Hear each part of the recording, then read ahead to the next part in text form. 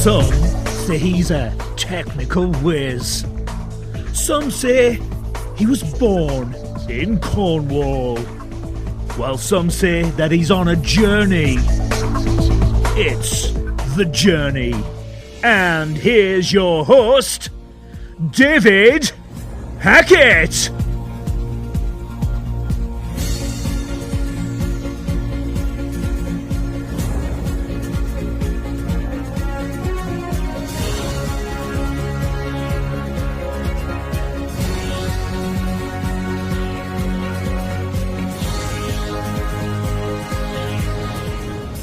Welcome to The Journey, Mac McGregor. Hi, David. Good to be here.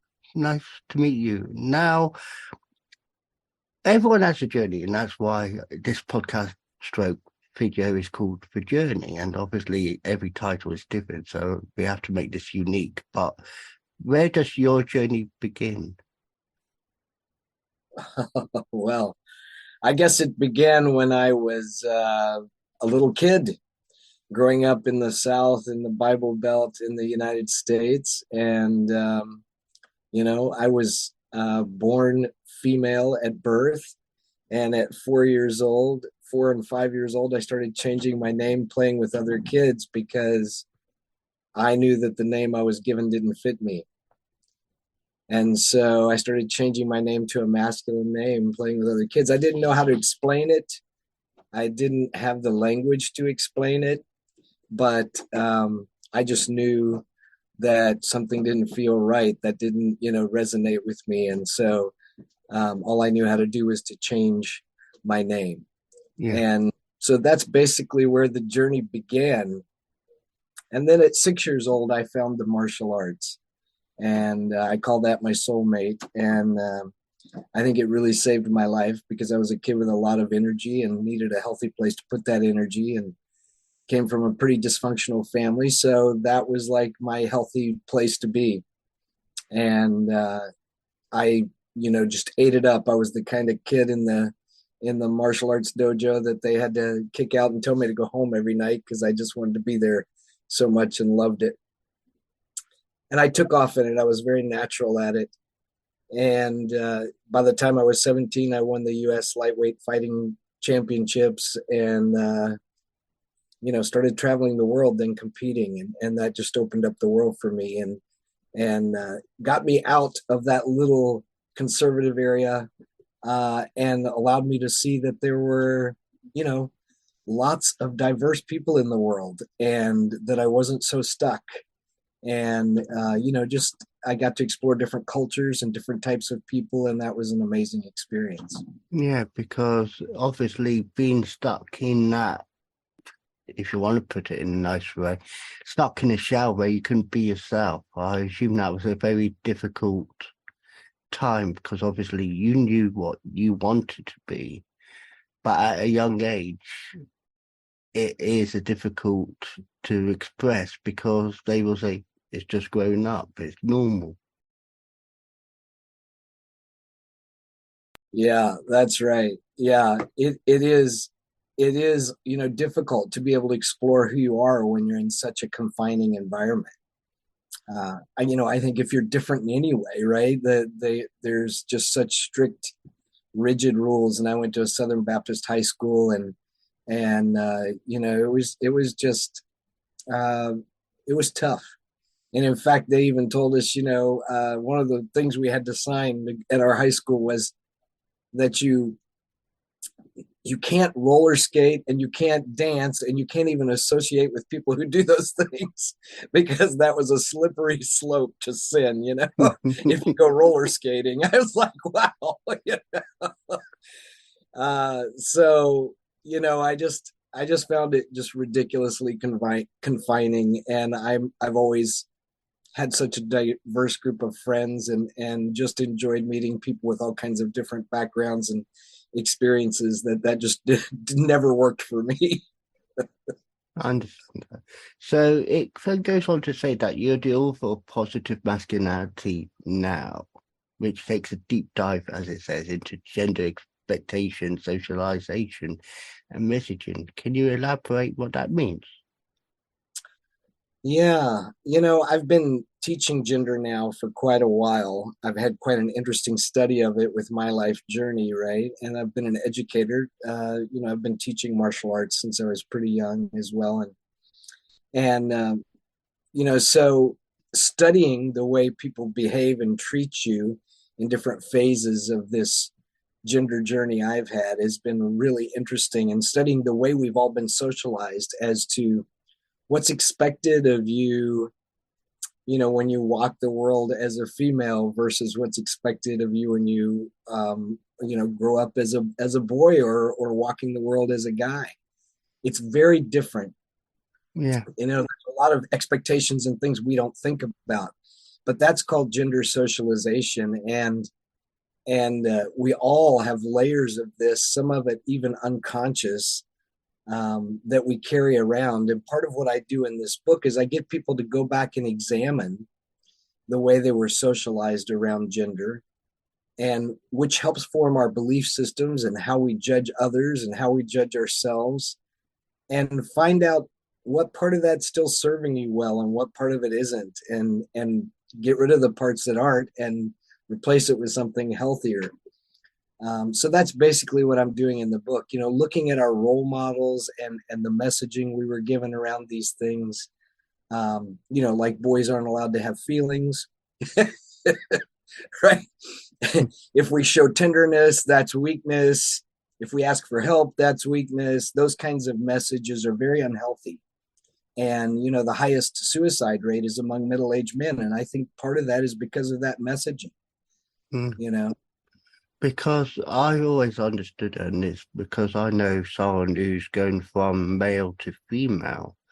Now, they find it difficult because society where they live, they feel out of place because of the way society is around them. And I just think that's damaging them. Now, they say they're okay being female, they're proud of being themselves. But, I've seen on their social media, and I'm not saying their name because I have to respect that, but it damages them. They've come a long way. They've overcame issues in their life, which touch wood, they keep into. But I just feel like society as a whole damages because they don't fully understand the concept. Mm. Now, you understand your concept if you're male, you understand your concept if you're female. And like you said, showing feelings if you're a man is difficult. So this person had to shut off all feelings to adapt to being female. And I've seen their journey. I haven't spoken to them for however long, but I know their journey is still ongoing. So it's a difficult concept, I would think, for that adaptation. It is. There has been some interesting brain neuroscience studies of people who knew who they were from very young, like me, trans people. I started changing my name, like I said, at 4 and 5 years old, playing with other kids. So those of us that knew that young, they've done brain mapping studies that show the way our brains work and are wired. We think more like, even though I was born female, my brain is wired to think more masculine. It's just the way my brain works. And so they've done a lot of studies on trans people that have known, and that's pretty common. So gender is a lot more complicated than we think it is. It's not just about genitalia, for instance, and and hormone levels, and everybody's hormone levels are different. And I don't know if you've heard about intersex people, but it tells us gender is not black and white. So intersex people are folks that are born with some of both male and both female biological sex characteristics. And there are as many intersex people in the world as there are redheads. So I want you to just think about that. Now they've discovered, since they've undone the genome, that there are 60 variations of being intersex. That is different ways you can have some of both of those biological sex characteristics. And so that tells us that there's a whole lot of gray in this gender area. It's just not black and white. And we still have a lot to discover. I think in 25 years, we'll know a lot more about that. And do you think that's where the perception will be easier to understand in years to come, or do you think it is slowly adapting now? I think it's slowly adapting. I think people now understand that sexuality is a spectrum. It's not just gay or straight, right? There's a big spectrum to sexuality. And I think more people are starting to understand that gender is like that too. When I teach about gender, one of the things I point out is if you lined up 100 men, and I'm talking people born male, there are a lot of different ways to be masculine. You can have the most macho guys on one end of that line. We're talking like the Rocky Balboas, the Rock, Dwayne Johnson. You have all these jock guys. And then on the other end, you have Fred Rogers. That's a very different form of masculinity, right? But it's still masculinity. Yeah. So it shows you there's a big spectrum, right? It's like the autistic spectrum, you nowadays you can't say you got autism and you can't say you got Asperger's. You've got to say you're on the ASD scale, which is you got to say I'm autistic spectrum disordered. Yeah. So the spectrum has gone from being labeled as one particular label to being a broad label, and I think that's where the understanding for even masculinity, femininity, yes, is. Yeah, I totally agree. Yeah. And it is the same for femininity, right? When you ask someone to describe what masculinity is, which I've done this because I've talked to groups all over about this, it's really interesting when I say I want you to describe masculinity to me, but don't use any body parts. And people, like I have rooms full of hundreds of people that stumble around to try to figure out how to describe what masculinity is. It's really interesting when you think about it, because the first thing somebody will say, well, maybe masculine people are more mechanically minded. So that's something that sometimes comes up, right? And then someone else will raise their hand and go, yeah, well, I have an Aunt Betty who can fix anything. She's the one in the family that he can fix anything, right? When anybody breaks anything, they take it to her. And so, you can always debunk that, right? Yeah, it's really an interesting study. So it says about going on to thing, it says you'll learn about the experience of breaking free from traditional gender models. So this is where we're talking about the perception of masculinity looking macho. And it goes on to say about in order to create healthy relationships, careers, friendships, and self-images. Now that helps the mold understand you better. And I assume it without others understand that person. Yeah. One of the big things about having healthy relationships is we have to be emotionally available for them. And that's a big obstacle for the masculine, the way we've been socialized to shut most of our emotions down.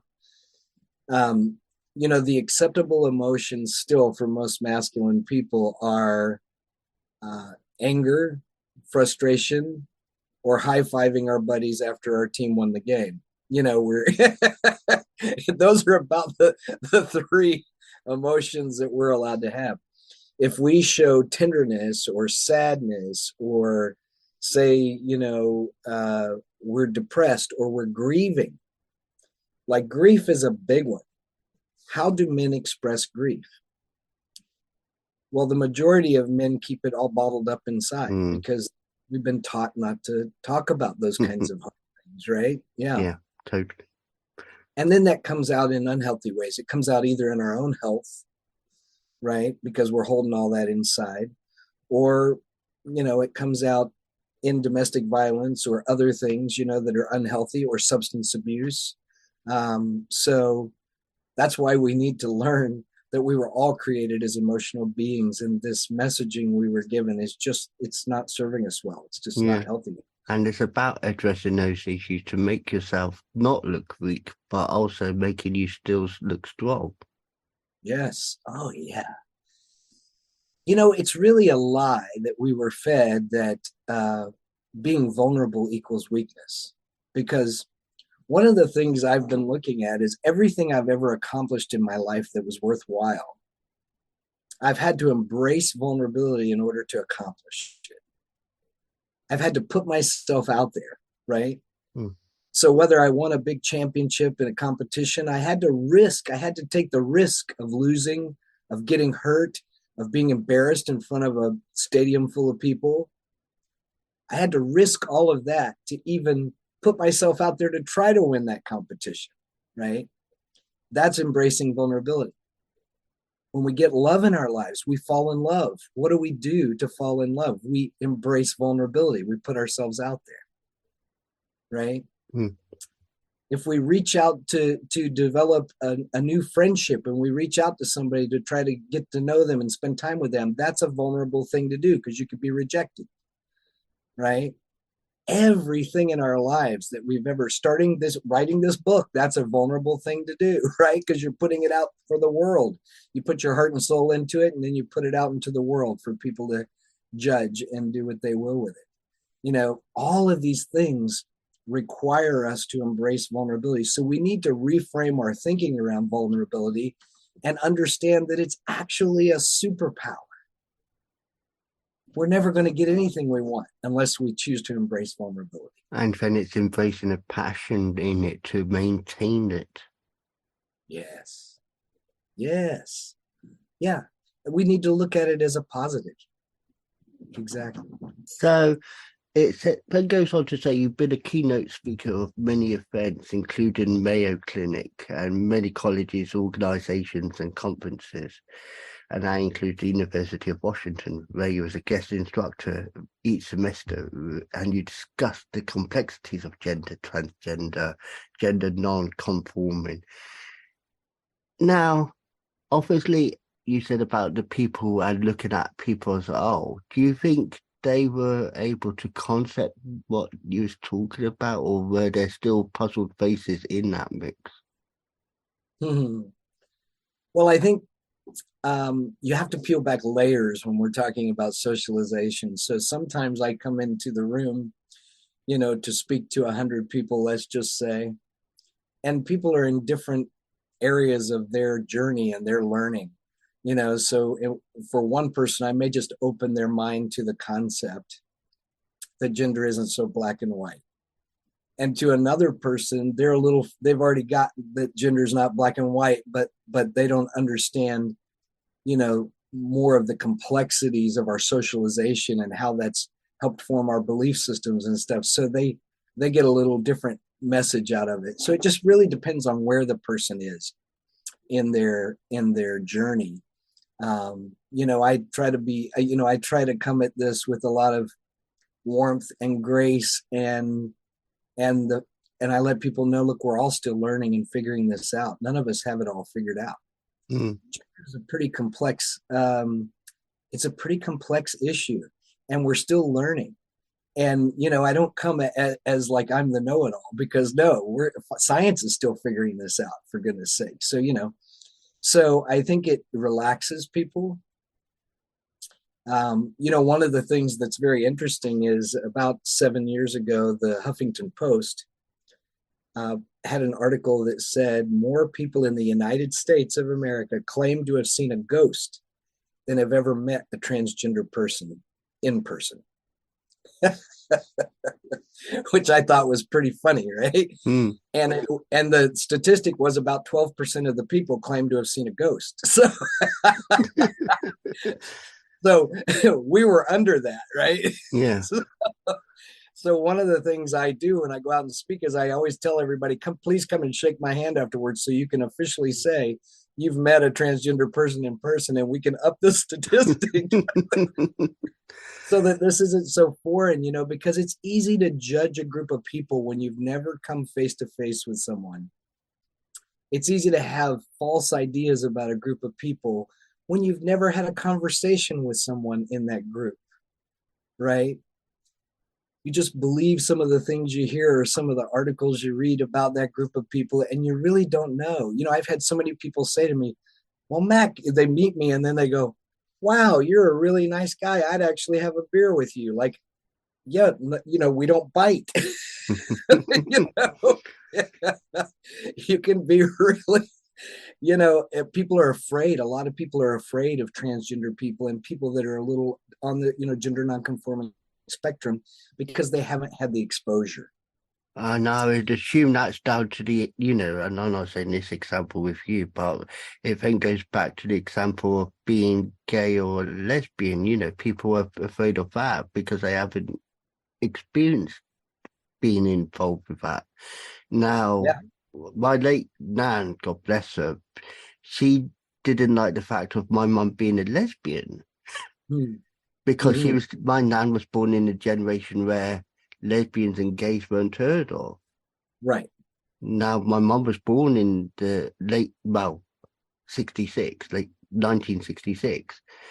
And then I was born in 83. So my generation was adjusting to it. And then the 90s, it just felt okay. Then when I hit a certain age in school, it's like it was that generation again where it started splitting apart. So Yeah. it's like it's gone from not understanding, splitting apart. And I think, in a sense, today's society is kind of there with transgender, LGBTQ, but it's still not the clear understanding as it was in the time when I was understanding it.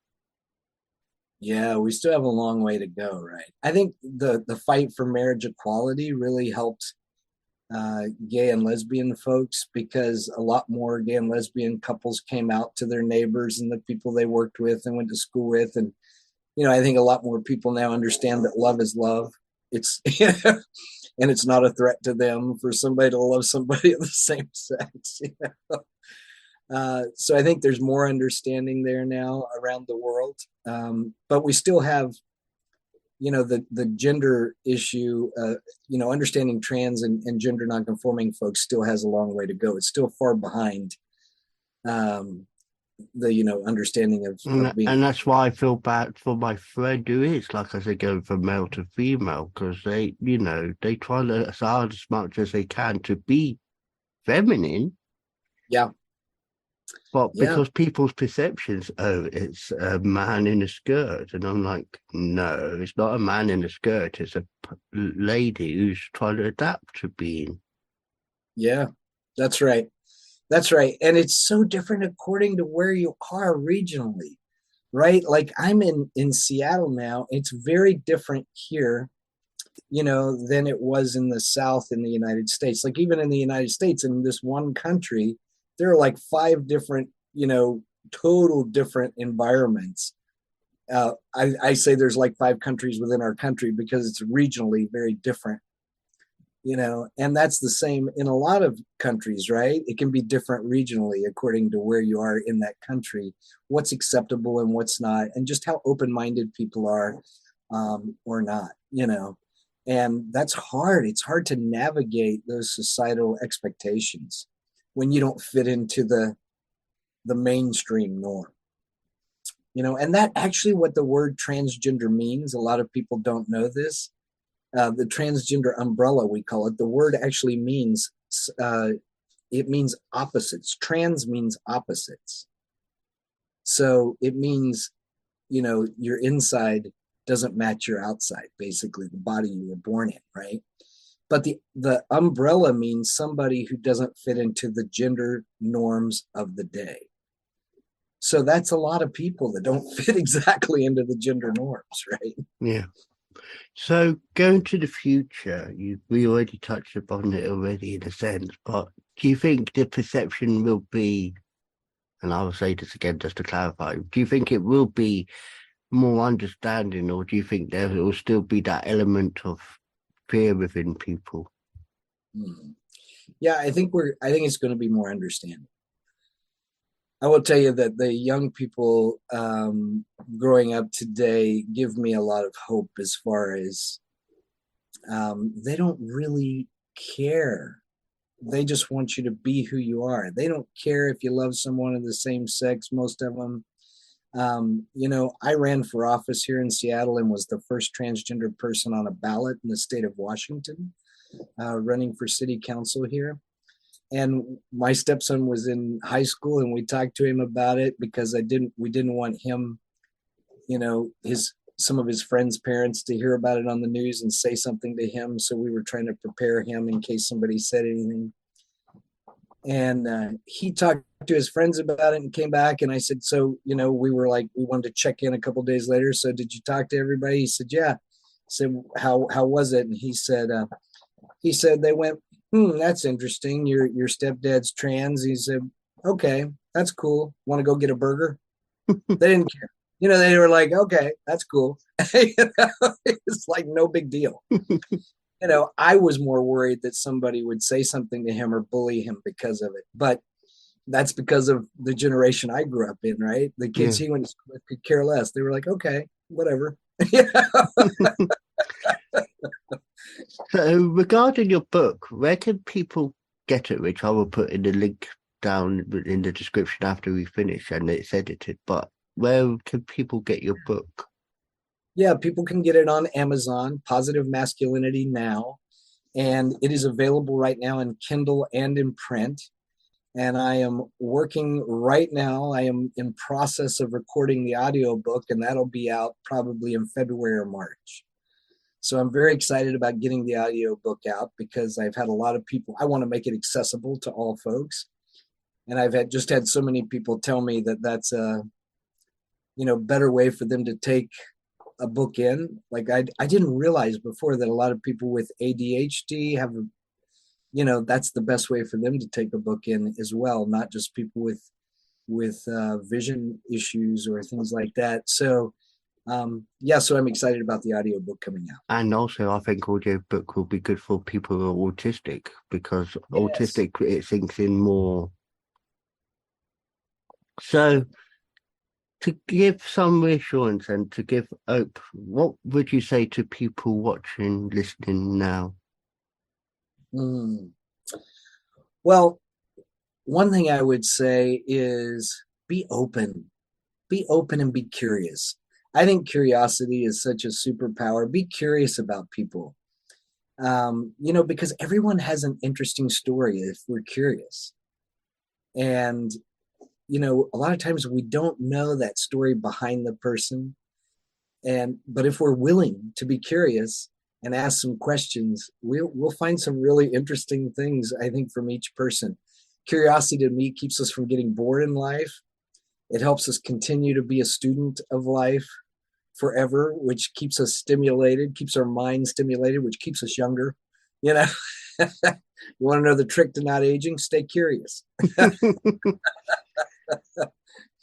So, Mac, it's been a pleasure talking to you about your journey today. Let's hope people's understanding gets more clear for the future and stays clearer and doesn't remain black and white. I hope there is some colour to it all. Yes. Thank you, David. Yeah, it's been a pleasure talking to you. That was The Journey, hosted by Wise Words Imaging, hosted by David Hackett. Be sure to like, subscribe and listen to another journey coming soon.